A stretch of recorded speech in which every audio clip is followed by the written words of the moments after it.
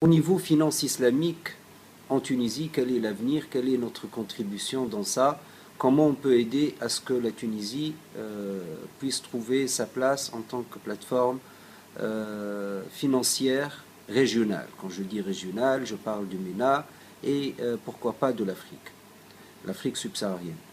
Je vois que nous, Tunisiens, accusons un retard qui commence à grandir petit à petit par rapport à l'avancée des Marocains en la matière. في تونس نجموا ancrer de la Tunisie une plateforme de finance islamique pour conquérir des marchés qui sont avides d'une expertise, notamment d'une expertise tunisienne. Nous avons fait nos preuves dans pas mal de domaines et on peut en faire dans d'autres domaines, notamment en assurance islamique.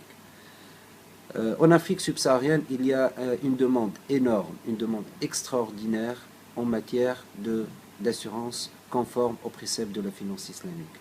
Les Marocains commencent à cibler cette niche, commencent à former une expertise marocaine pour s'exporter vers ces marchés-là à travers un nombre de géants financiers marocains.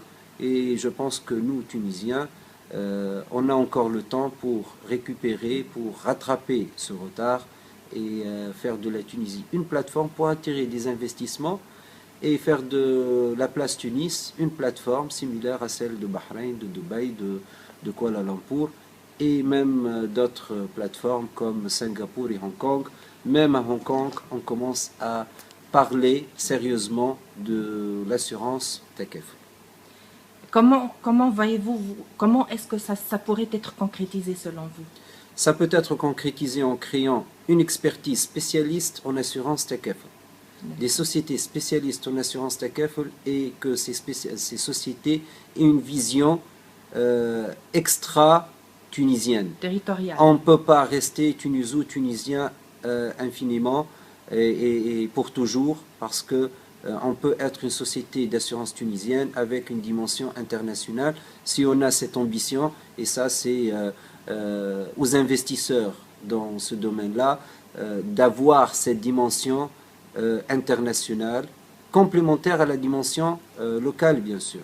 Donc en créant une expertise en assurance TACF et des spécialistes qu'on peut exporter à travers bien sûr une installation de sociétés d'assurance TACF ou des opérations de joint venture avec d'autres sociétés ou d'autres investisseurs qui seraient intéressés par cette expertise tunisienne. Vous seriez prêt en tant qu'assurance Zitouna TACF à tenter l'aventure si vous trouvez, vous, des investisseurs allant dans ce sens? Moi personnellement, j'ai beaucoup d'amis dans beaucoup de marchés et j'ai été sollicité notamment en Mauritanie pour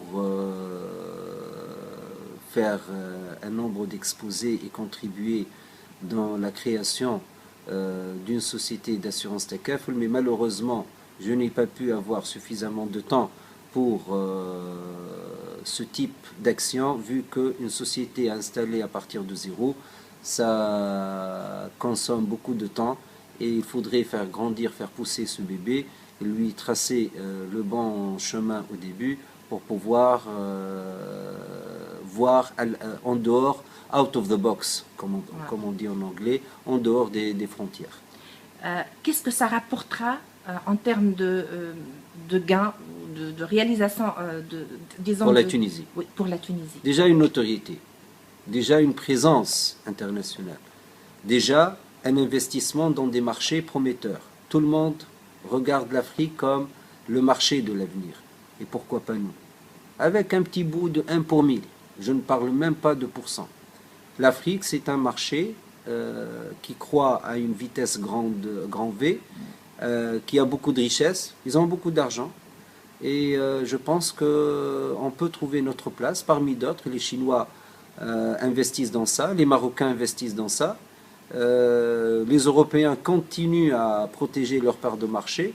Les Américains aussi voient ça d'un grand œil.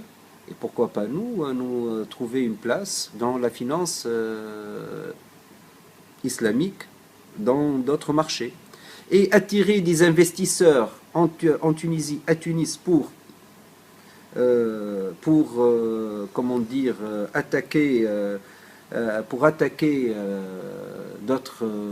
attaquer entre guillemets d'autres marchés à partir de la Tunisie et prendre la Tunisie comme une base, une plateforme d'action, c'est tout bénef pour Tunis.